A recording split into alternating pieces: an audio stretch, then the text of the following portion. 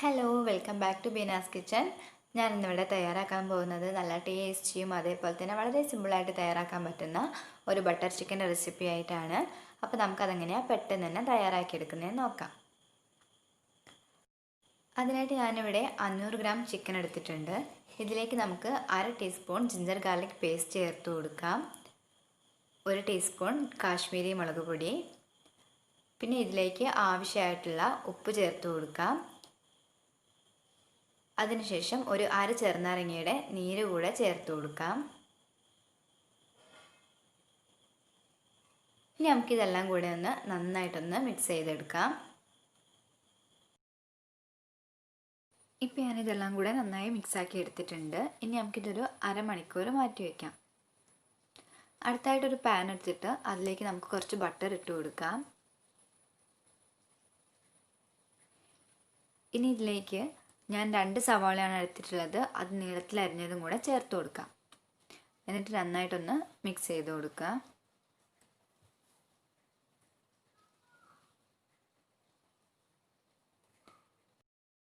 സവാള എല്ലാം കൂടെ ഒന്ന് ചെറുതായിട്ട് വാടി വരുമ്പോൾ ഇതിലേക്ക് നമുക്ക് തക്കാളി ചേർത്ത് കൊടുക്കാം. ഞാൻ 3 തക്കാളി തൊലി കളഞ്ഞെടുത്തിട്ടുണ്ട്. ഇതിങ്ങനെ ചെറുതായി കട്ട് ചെയ്തെടുത്തിട്ടുണ്ട്. അപ്പോൾ അതും കൂടെ ചേർത്ത് കൊടുത്തിട്ട് ഒന്ന് മിക്സാക്കി കൊടുക്കാം.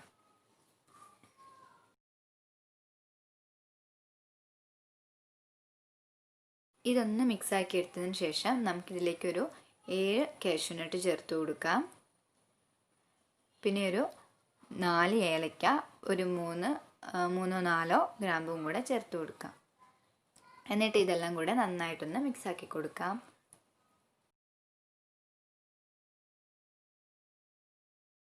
ഇതൊന്ന് മിക്സാക്കിയതിന് ശേഷം നമുക്ക് ഇതിലേക്ക് 1 ടീസ്പൂൺ ജിഞ്ചർ ഗാർലിക് പേസ്റ്റ് കൂടെ ചേർത്ത് കൊടുക്കാം. എന്നിട്ട് ഇതെല്ലാം കൂടെ നന്നായിട്ടൊന്ന് മിക്സ് ചെയ്ത് കൊടുക്കുക.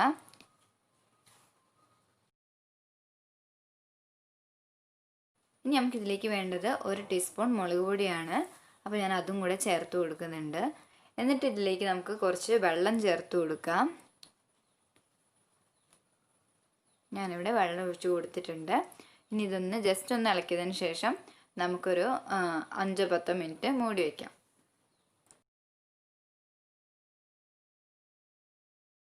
ഇപ്പോൾ ഇവിടെ മസാല റെഡിയായി വന്നിട്ടുണ്ട്. ജസ്റ്റ് ഒന്ന് ഇളക്കി കൊടുത്തതിന് ശേഷം നമുക്കിത് അടിച്ചെടുക്കണം. നല്ല ഫൈനായിട്ടൊരു തരി പോലും ഇല്ലാതെ നമുക്ക് അടിച്ചെടുക്കാം.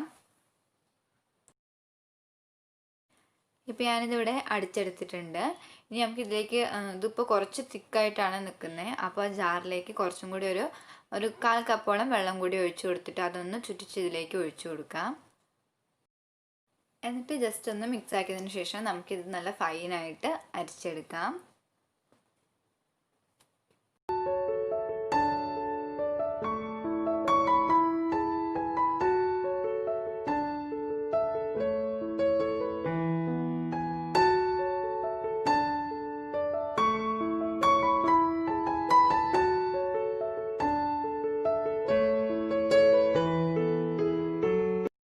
അപ്പോൾ ഞാനിതിവിടെ അരിച്ചെടുത്തിട്ടുണ്ട്. ഇനി നമുക്കിത് മാറ്റി വയ്ക്കാം.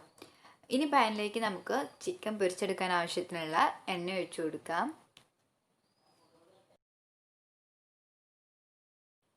അപ്പോൾ ഞാനിവിടെ എണ്ണ ഒഴിച്ചു കൊടുത്തിട്ടുണ്ട്. എന്നിട്ട് നമുക്ക് നമ്മൾ നേരത്തെ മാഗ്നേറ്റ് ചെയ്ത് വെച്ചിരിക്കുന്ന ചിക്കൻ ഓരോന്നായിട്ട് ഇട്ട് കൊടുക്കാം.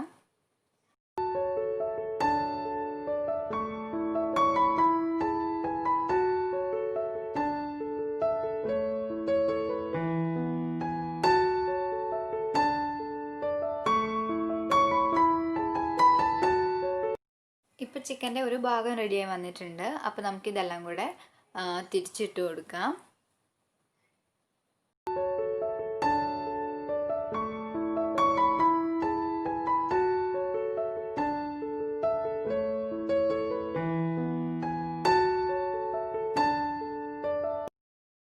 അപ്പോൾ ചിക്കൻ ഇവിടെ റെഡി ആയിട്ടുണ്ട്.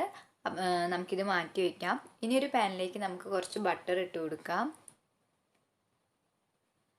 ഇതൊന്ന് മെൽറ്റായതിന് ശേഷം ഇതിലേക്ക് നമുക്ക് ഒരു 2 പച്ചമുളക് നടുവേ കീറിയതും കൂടെ ചേർത്ത് കൊടുക്കാം. ഇതൊന്ന് ജസ്റ്റ് മിക്സ് ആക്കിയതിന് ശേഷം ഇതിൻ്റെ ആ ഒരു പച്ചമണമൊക്കെ മാറി വരുമ്പോൾ നമ്മൾ നേരത്തെ അരിച്ചു വെച്ചിരിക്കുന്ന ആ കൂട്ട് കൂടെ ഇതിലേക്ക് ഒഴിച്ചു കൊടുക്കാം. ഇതൊന്ന് ജസ്റ്റ് ഒന്ന് മിക്സ് ആക്കിയതിന് ശേഷം ഞാൻ ഇതിലേക്ക് ആവശ്യമായിട്ടുള്ള ഉപ്പും കൂടെ ചേർത്ത് കൊടുക്കുന്നുണ്ട്. ഏകദേശം ഒരു ടീസ്പൂണോളം ഉപ്പും കൂടെ ചേർക്കുന്നുണ്ട്. അതിനുശേഷം ഞാനിവിടെ കുറച്ച് കസൂരി മേത്തി എടുത്തിട്ടുണ്ട്. അതൊന്ന് ജസ്റ്റ് നമ്മളിങ്ങനെ കയ്യിൽ വെച്ചിട്ട് ഒന്ന് പൊടിയാക്കിയതിന് ശേഷം അതും കൂടെ ചേർത്ത് കൊടുക്കാം.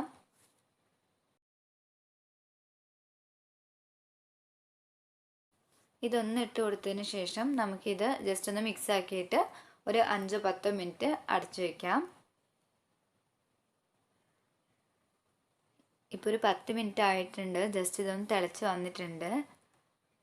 ഈ ടൈമിൽ നമുക്ക് നമ്മൾ റെഡിയാക്കി വെച്ചിരിക്കുന്ന ചിക്കൻ ഇട്ട് കൊടുക്കാം.